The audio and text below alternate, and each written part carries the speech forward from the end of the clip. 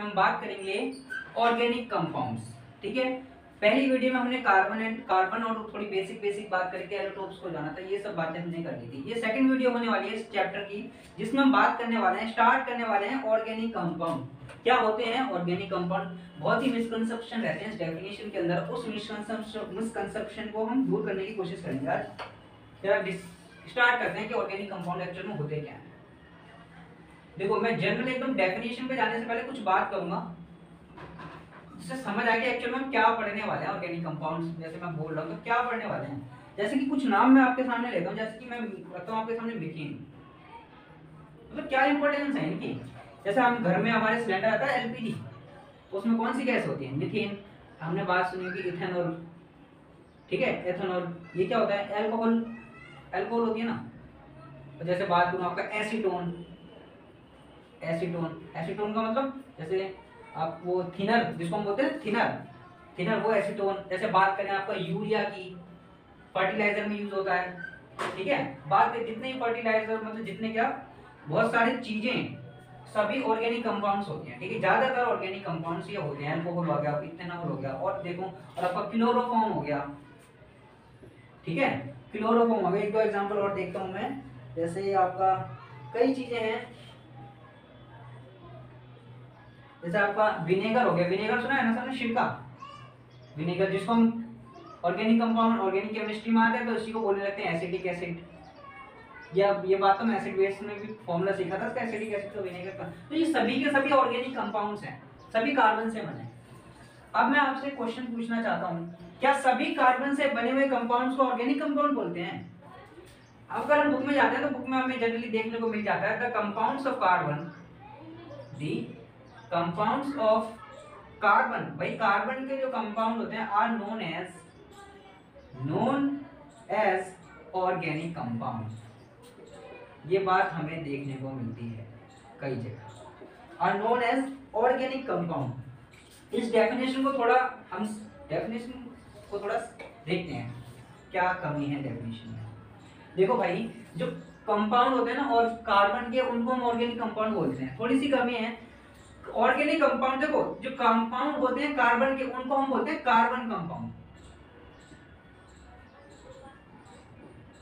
भाई कार्बन से बने कंपाउंड होंगे, कार्बन कंपाउंड होंगे, पर उसमें भी फर्दर कैटेगरी होती है आपकी ऑर्गेनिक कंपाउंड। वो एक अलग कैटेगरी में रखते हैं हम इसको, ठीक है। ऑर्गेनिक कंपाउंड, इसमें अलग अलग कैटेगरी बनते हैं आपके, ऑर्गेनोमेटेलिक कंपाउंड, अलग अलग कैटेगरी बनती है। पर हम समझने वाले हैं ऑर्गेनिक कंपाउंड क्या होते हैं, उसी डेफिनेशन को इधर आके समझते हैं फोकचे में। देखो भाई सुनो, यहाँ ध्यान से सुन लो। जो कंपाउंड, वो कंपाउंड, द कंपाउंड्स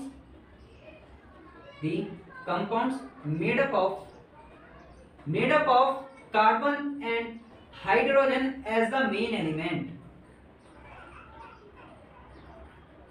सुनो, वो कंपाउंड जो बनते हैं कार्बन और hydrogen as a main element, उन कंपाउंड, वैसे कंपाउंड जिनमें कार्बन और हाइड्रोजन तो हो ही हो मेन एलिमेंट, ठीक है। साथ ही प्रेजेंट और क्या चीजें हो सकती हैं? आपका सल्फर हो सकता है, नाइट्रोजन हो सकता है, ऑक्सीजन हो सकता है, हेलोजन हो सकते हैं। आपके हेलोजन क्या होते हैं आगे समझिए, फ्लोरीन, ब्रोमीन। तो ये अगर चीजें प्रेजेंट हैं और कार्बन और हाइड्रोजन मेन एलिमेंट है आपका, तो हम उस कंपाउंड को, उन कंपाउंड को बोलते हैं हम ऑर्गेनिक कंपाउंड। ये डेफिनेशन को आप अभी ना लिख लो। ये डेफिनेशन का मतलब क्या है ना, ये आपको आगे समझ आएगा, अभी बस लिख लो, ठीक है। जनरली लोग नॉलेज चेक करते हैं, भाई ऑर्गेनिक कंपाउंड की डेफिनेशन मतलब क्या है। जनरली लोग ये बताते हैं कंपाउंड ऑफ कार्बन, नहीं है कि डेफिनेशन गलत है। जो कंपाउंड्स ऑफ कार्बन होते हैं वो तो कार्बन कंपाउंड होते हैं, उसमें फर्दर कैटेगरी होती है आपकी ऑर्गेनिक कंपाउंड। ऑर्गेनिक कंपाउंड हम उनको बोलते हैं जो कार्बन और हाइड्रोजन से मेन एलिमेंट होता है वहां पे, कार्बन एंड हाइड्रोजन। और ऐसा भी होगा कहीं कहीं आपको हाइड्रोजन नहीं दिखेगा। जैसे मैं आपको बात करूं CCl4, ये है आपका carbon tetrachloride. This is an organic compound, this is an organic solvent. ये एक ऑर्गेनिक कंपाउंड है, पर इसमें हाइड्रोजन है क्या? नहीं है। तो थोड़ी सी और डेफिनेशन को करेक्ट करते हैं। भाई सुनो, जो कार्बन एंड हाइड्रोजन के एलिमेंट कंपाउंड होंगे ना, उनको हम बोलते हैं हाइड्रोकार्बन। क्या बोलते हैं? जो केवल और केवल कार्बन और हाइड्रोजन से बने होंगे उनको हम बोलते हैं हाइड्रोकार्बन। ध्यान से समझना इस बात को, ठीक है। और हाइड्रोकार्बन के डेरिवेटिव, हाइड्रोकार्बन के डेरिवेटिव होते हैं ना, उनको हम बोलते हैं ऑर्गेनिक कंपाउंड। बात समझ में आई क्या? ठीक है। अरे कार्बन कंपाउंड ये भी है वो भी है, सब कार्बन कंपाउंड, पर उसमें फर्दर कैटेगरी ऑर्गेनिक कंपाउंड की अलग होती है। मैं देखो एक अलग, एक बिल्कुल ही अलग डेफिनेशन बताने वाला हूँ आपको ऑर्गेनिक कंपाउंड की, बिल्कुल ध्यान से समझना। जैसे कि मैं कार्बन कंपाउंड की थोड़ी बात करूँ आपसे, compound of carbon known as carbon compound, ये बात बिल्कुल सही है क्या? मतलब जैसे कि अगर मैं बात करूँ आपके सामने कैल्शियम कार्बाइड की, कैल्शियम कार्बाइड भी तो एक, अरे CaCO2 लिखा है कैल्शियम कार्बाइड, ठीक है, थोड़ा ध्यान से, ऐसे कोई याद जरूरी नहीं है इसके एग्जांपल में याद करने की, कोई भी जरूरत नहीं, बस मैं जो चीज समझाना चाह रहा हूँ वो समझो। अरे ये कार्बन का कंपाउंड है तो ये एक कार्बन कंपाउंड है, ये एक कार्बन कंपाउंड है, और ऐसे कंपाउंड को हम ऑर्गेनिक केमिस्ट्री में कार्बाइड्स के नाम से जानते हैं। और थोड़ा और जानना चाहते हो उसके बारे में तो सुन लो। ये जो फ्रूट्स होते हैं ना, फ्रूट्स होते हैं ना, उनको पकाने में यूज किया जाता है, ठीक है, जैसे केले हो गया, आम हो गया, उसको जो पकाते हैं ना, कहते कार्बाइड से पकाया गया है, तो ये इससे पकाया जाता है फ्रूट्स को। ऐसे ही बता दिया, याद करना चाहो तो कर सकते हो। मेरा बताने का मोटिव ये है, ये कार्बन कंपाउंड है पर ऑर्गेनिक कंपाउंड नहीं है ये, ठीक है। ऐसे आगे चलो, NaHCO3 sodium hydrogen carbon, carbon तो इसमें भी, कार्बन तो इसमें भी दिख रहा है, तो ये कार्बन कंपाउंड है, ठीक है, कार्बन कंपाउंड तो तुम इसको बोल दोगे, पर ये ऑर्गेनिक कंपाउंड नहीं है, ये एक इनऑर्गेनिक कंपाउंड है, ठीक है। अरे बात समझ में आई क्या? ये एक इनऑर्गेनिक कंपाउंड है।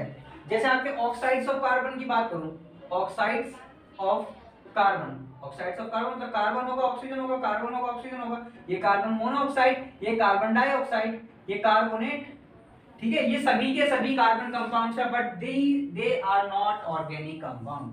Then what are organic compound, let's discuss. ये बात समझ आ गई, ये सब कार्बन कंपाउंड्स हैं। तो ऑर्गेनिक कंपाउंड क्या होते हैं उनको समझने चलते हैं जरा हम। ऑर्गेनिक कंपाउंड्स की डेफिनेशन लिख लो, these are hydrocarbon and their derivatives known as organic compound. और कुछ भी ऐड कर सकते हैं, वो कंपाउंड जहां पे कार्बन और हाइड्रोजन मेन एलिमेंट हो, प्लस और हेटेरो एटम हो सकते हैं आपके। हेटेरो एटम में तो कार्बन और हाइड्रोजन के अलावा जो एटम प्रेजेंट होते हैं ऑर्गेनिक कंपाउंड में, उनको बोलते हैं हेटेरो एटम। और हेटेरो एटम कैन बी, अरे कार्बन और हाइड्रोजन के अलावा जो ऑर्गेनिक कंपाउंड में एलिमेंट प्रेजेंट होते हैं, एटम प्रेजेंट होते हैं, उनको हम हेटेरो एटम बोलते हैं। और hetero atom can be nitrogen, oxygen, fluorine. Fluorine को हाइड्रोजन लगाते हैं, हाइड्रोजन में आपका फ्लोरीन भी आ जाएगा, क्लोरीन भी आ जाएगा, ब्रोमीन भी आ जाएगा, आयोडीन भी आ जाएगा, ठीक है, सल्फर हो सकता है। ये चीजें आपको देखने को मिल जाती हैं अक्सर हेटेरो एटम की जगह, ठीक है। अगर कार्बन हाइड्रोजन मेन एलिमेंट है और ये चीजें आपको दिखती हैं तो वो एक ऑर्गेनिक कंपाउंड होगा, otherwise it will not be organic compound. जैसे CCl4 की बात करूं, इसमें आपको Cl देखने को मिल रहा है, हेटेरो एटम ठीक है बिल्कुल, कार्बन देखने को मिल रहा है ठीक है, हाइड्रोजन देखने को नहीं मिल रहा है, तो ऑर्गेनिक कंपाउंड नहीं है। अरे ये है ऑर्गेनिक कंपाउंड, डेफिनेशन समझो, हाइड्रोकार्बन और उनके डेरिवेटिव मिलकर बनाते हैं ऑर्गेनिक कंपाउंड। मतलब ऑर्गेनिक, ये यहाँ पे H नहीं है पर H को हटा के ही तो Cl लगाया गया है, ठीक है। आगे समझ जाओगे ये बात, बस ये डेफिनेशन याद कर लो बस। ऑर्गेनिक कंपाउंड की डेफिनेशन ये हो गई, ठीक है। और थोड़ी अब बात ऑर्गेनिक कंपाउंड की करें तो एक दो बात और जान लो। जो ऑर्गेनिक कंपाउंड होते हैं जनरली इनमें कोवलेंट बॉन्ड्स होते हैं, कोवलेंट, ये कोवलेंट कंपाउंड होते हैं बोल दो ना। अरे कोवलेंट कंपाउंड कौन से, जहां कोवलेंट बॉन्ड बनते हैं। अरे कोवलेंट कंपाउंड कौन से, जहां कोवलेंट बॉन्ड बनते हैं। अरे कोवलेंट बॉन्ड कैसे बनते हैं, शेयरिंग ना, mutual sharing of electrons, electrons की म्यूचुअल शेयरिंग से कोवलेंट बॉन्ड बनता है, सही है क्या? इलेक्ट्रॉन्स की म्यूचुअल शेयरिंग से कोवलेंट बॉन्ड बनता है, ठीक है। और most of the organic compound क्या होते हैं, नॉन कंडक्टर होते हैं इलेक्ट्रिसिटी के, नॉन कंडक्टर ऑफ इलेक्ट्रिसिटी होते हैं। अच्छा H2O क्या कार्बन ऑर्गेनिक कंपाउंड है? बिल्कुल भी नहीं, कार्बन ही नहीं है, मेन एलिमेंट ही नहीं है, तो ऑर्गेनिक कंपाउंड कहां से होगा? This is an inorganic compound. Non conductor होते हैं इलेक्ट्रिसिटी के। जनरली प्लांट्स एंड एनिमल्स में ऑर्गेनिक कंपाउंड पाए जाते हैं, मतलब प्लांट्स कह सकते हैं organic compound made up of organic compound, we are also made up of organic compound, DNA is also organic compound. अरे डीएनए भी तो ऑर्गेनिक कंपाउंड है, नहीं है? बात समझ बताओ, ठीक है।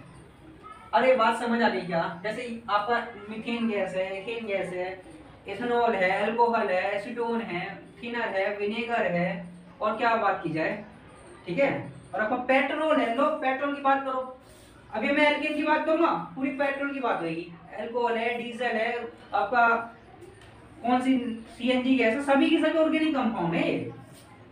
आई बात समझ, केरोसिन ऑयल है, मिट्टी का तेल है, ये सभी के सभी क्या है, ऑर्गेनिक कंपाउंड। तो जब इतनी बात समझ आ गई तो यहीं पे एक चीज और जोड़ देते हैं, टाइप्स ऑफ ऑर्गेनिक कंपाउंड। क्योंकि हमें कोई चीज अगर पढ़नी है तो उसको क्लासिफाई करते हैं तो उसको पढ़ना आसान हो जाता है, तो क्लासिफाई कर लेने की ऑर्गेनिक कंपाउंड एक्चुअल में कितने टाइप के होते हैं, तो एक एक करके सबको पढ़ लेंगे, हो गया ठीक।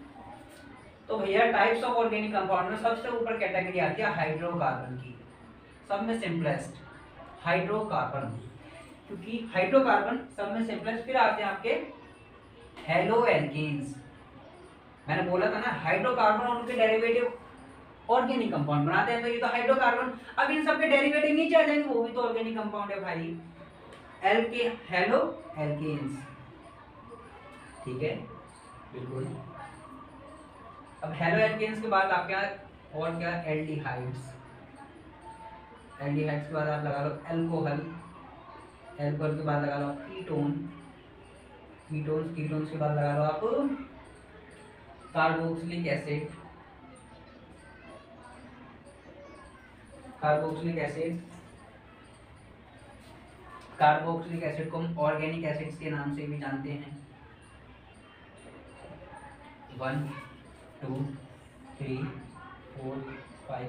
तो इस लेवल पे आपको ये 6 कैटेगरी पढ़नी है ऑर्गेनिक कंपाउंड्स की। क्या क्या, देखो ध्यान से, हाइड्रोकार्बन, ठीक है, haloalkanes HH, hydrocarbon haloalkanes, फिर एल्डिहाइड A, अल्कोहल A, ठीक है। नीचे आए हम कीटोन, नीचे आए कार्बोक्सिलिक एसिड। तो अपनी पढ़ाई को, अपनी स्टडी को स्टार्ट करते हैं अपनी हाइड्रोकार्बन से, अपनी वीडियो को स्टार्ट करते हैं हम हाइड्रोकार्बन से, ठीक है भाई।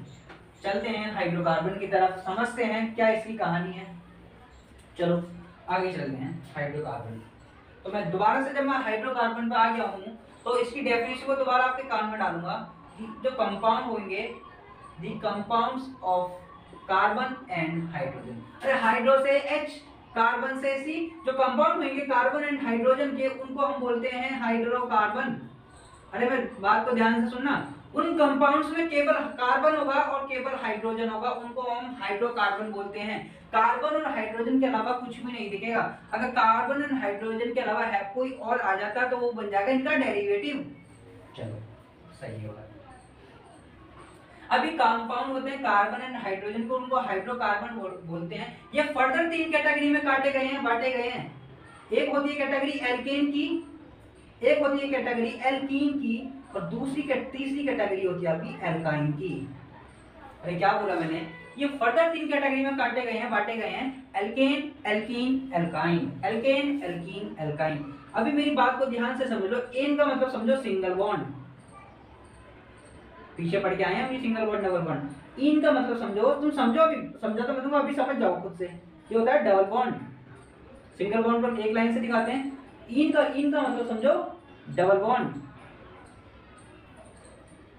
डबल बॉन्ड को 2 लाइन से दिखाते हैं। अरे सिंगल बॉन्ड में मतलब एक इलेक्ट्रॉन एक शेयर कर रहा होगा, दूसरा इलेक्ट्रॉन एक शेयर कर रहा होगा। डबल बॉन्ड में मतलब एक 2 शेयर करता है, दूसरा भी 2 शेयर करता है। और ट्रिपल बॉन्ड, आइन का मतलब समझो ट्रिपल बॉन्ड। क्या भाई, ट्रिपल बॉन्ड। ये देखो एल्केन हो गया, एल्कीन हो गया, एल्काइन हो गया, ये क्या है, ये एक जनरल नेम है। ये क्या है, जनरल नेम है, ठीक है। एक एक करके पढ़ते हैं फिर ज्यादा समझ आएगा। तो एल्केन से अपनी कहानी को स्टार्ट करते हैं, ठीक है भैया।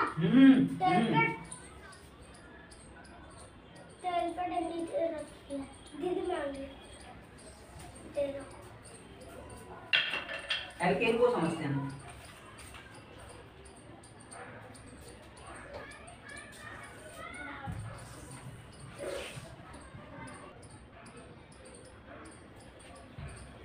तो एल्केन को समझते हैं हम।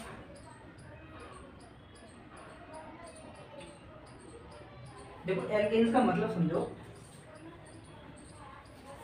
एल्केन्स वो हाइड्रोकार्बन, ठीक है, वो ऑर्गेनिक कंपाउंड बोलूं या हाइड्रोकार्बन बोलूं, जहां कार्बन कनेक्ट, लिख दूं लैंग्वेज में, वेयर कार्बन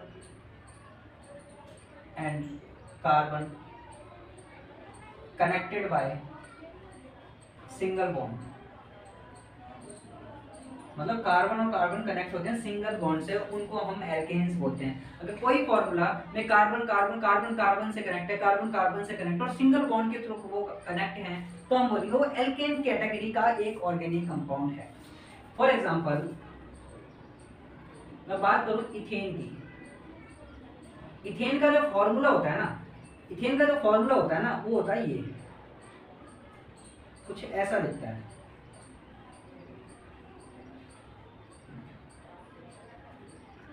फॉर्मूला होगा आपका C2H6। देखो इससे पहले एक कैटेगरी और आती है मीथेन,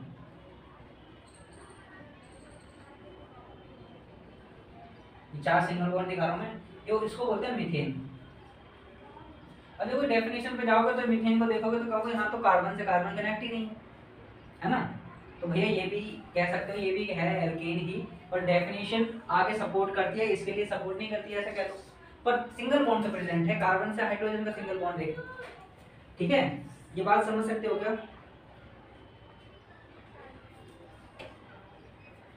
बताओ, ये बात समझ आ रही है क्या?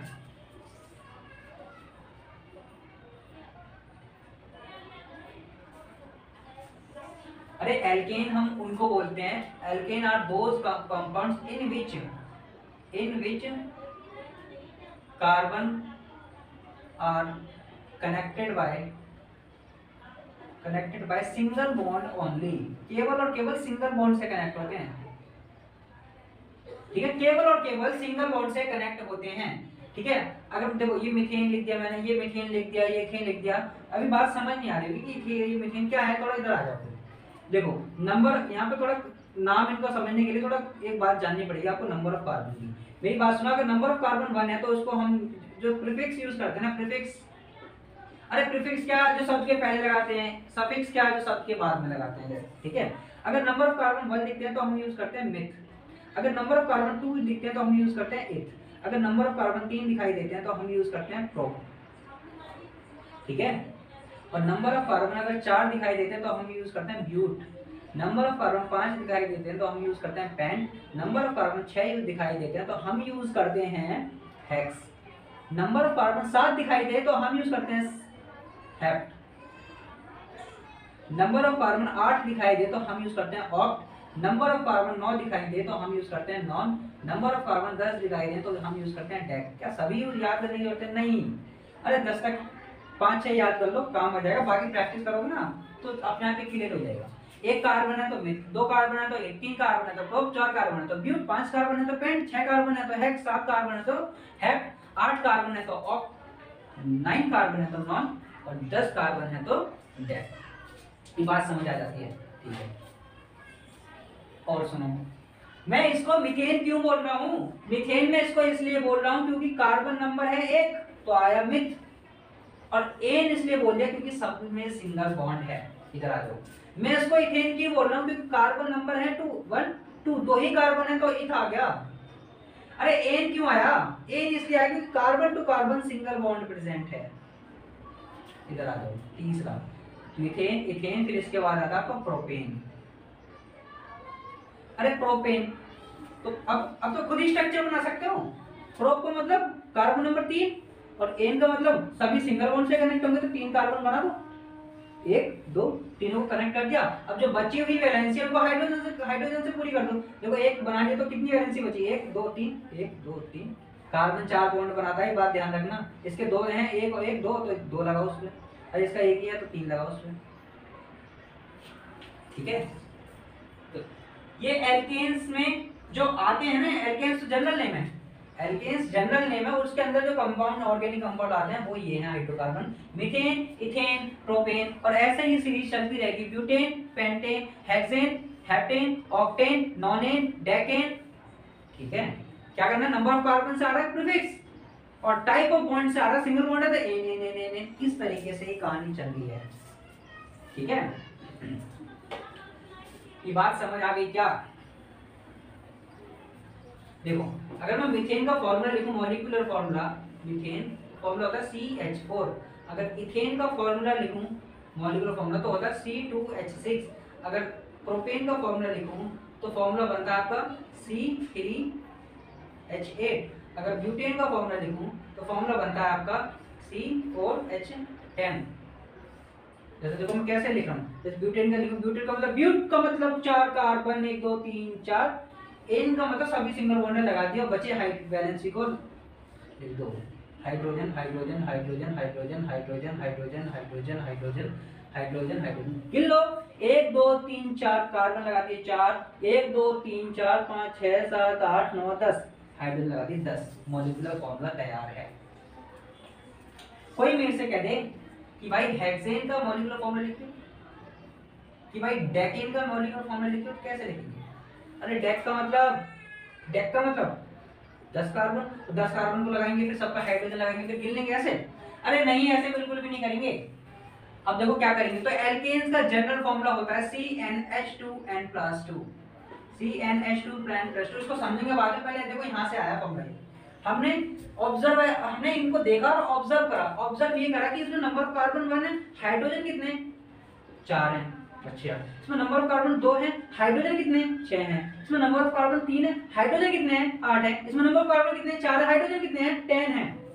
तो चारों को देखने पर ही चलता रहेगा, ब्यूटेन प्रोपेन के नीचे चल रहा है, ठीक है। चारों को देखने में मैंने एक ऑब्जर्वेंस निकाली। ऑब्जर्वेंस मैंने क्या निकाली, ऑब्जर्वेशन क्या मिली को, ये मिली कि भाई जितने कार्बन है ना उनके डबल के 2 ज्यादा हाइड्रोजन हैं। क्या?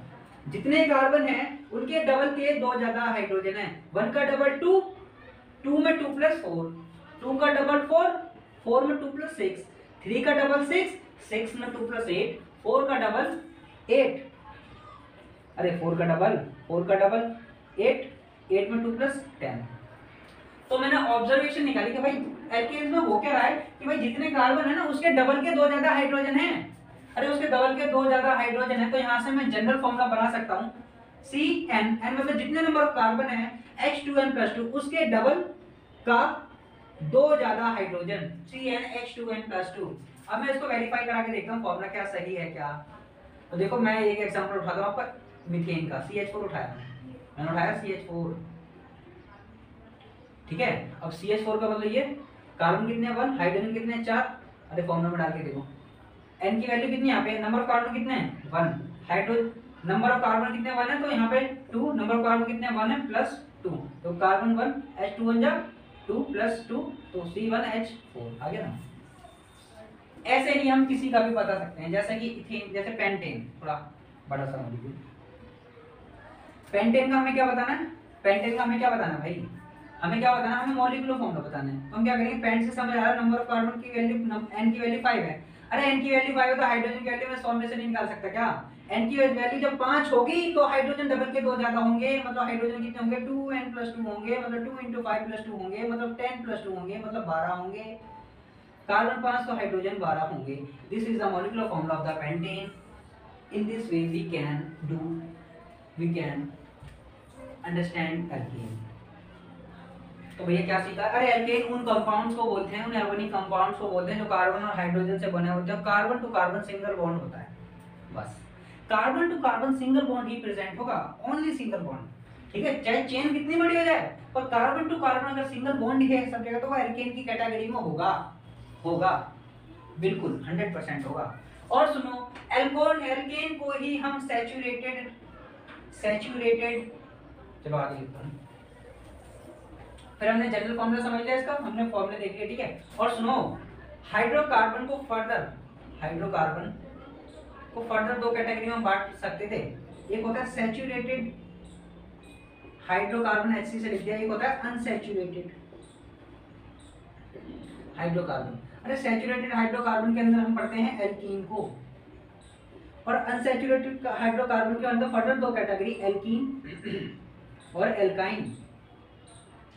तो हमने एल्केन्स पढ़ लिया, इसका मतलब सैचुरेटेड हाइड्रोकार्बन पढ़ा है क्या। हमने एल्केन्स पढ़ लिया, इसका मतलब सैचुरेटेड हाइड्रोकार्बन पढ़ा। देखो मैंने पीछे 3 ऐसे लिख दिया था, एल्कीन एल्काइन, और further 2 category saturated hydrocarbon, unsaturated hydrocarbon. और सैचुरेटेड हाइड्रोकार्बन के अंदर एल्केन्स को पढ़ते हैं, अनसैचुरेटेड हाइड्रोकार्बन को 2 को पढ़ते हैं, एल्कीन और एल्काइन। क्या मतलब है सैचुरेटेड से, क्या मतलब है अनसैचुरेटेड से, इस बात को जरा समझते हैं। अरे सैचुरेशन का मतलब होता है, समझो, सैचुरेशन का मतलब होता है कार्बन एंड हाइड्रोजन का मैक्सिमम नंबर ऑफ बॉन्ड का प्रेजेंट करना। अभी के लिए तुम इतना समझ सकते हो, जहां सैचुरेटेड कंपाउंड उनको बोलते हैं जहां डबल बॉन्ड और ट्रिपल बॉन्ड नहीं होता, बस इतना समझ लो। और यहाँ पे डबल बॉन्ड आता है एल्कीन में, ट्रिपल बॉन्ड यहाँ पे एल्काइन में आता है, तो ये अनसैचुरेटेड में चले जाते हैं, इतना समझ लो अभी के लिए। बाकी एक्चुअल मीनिंग होता है सैचुरेटेड की कार्बन और हाइड्रोजन के मैक्सिमम बॉन्ड प्रेजेंट हैं तो वो सैचुरेटेड कंपाउंड है, ठीक है। अब हम चलते हैं आपके अनसैचुरेटेड एल्केन्स को हमने कवर कर लिया, इतनी बात बहुत है एल्केन्स के लिए, बहुत है भाई। तो और जानना चाहते हो तो जैसे मैं बोलूं डेकेन, डेकेन का मॉलिक्यूलर फॉर्मूला तो बता दोगे ना? अरे जनरल फॉर्मूला याद रखना CnH2n+2। अरे कार्बन के जितने कार्बन होंगे उसके डबल के ज्यादा 2 हाइड्रोजन होंगे, तो डेकेन से समझ रहा है n की वैल्यू 10, मतलब नंबर ऑफ कार्बन 10 होंगे। अरे नंबर ऑफ कार्बन जब 10 होंगे तो h की वैल्यू क्या होगी? 2 × 10+2। सीधा मन में कर लो, 10 दूनी 20 और 22, ठीक है। ठीक है भाई। और सुनो एल्केन के बारे में थोड़ा जानना है तो एक्चुअल में प्रैक्टिकल लाइफ में कहाँ देखने को मिलते हैं, तो भैया तुम्हारे पेट्रोल होता है ना, petrol, petrol purely made up of alkene, purely तो नहीं बोलेंगे पर जनरली जब उसमें मिक्सचर होता है वो एल्केन्स का, एल्केन से बना होता है, ठीक है। और जो आपका एलपीजी गैस हो गई उसमें देखो आपको मीथेन देखने को मिलती है, मीथेन गैस, मीथेन इज क्या under the category of alkane, alkane की कैटेगरी है, सही है क्या? समझ आई थी बात? तो हम आगे चलते हैं।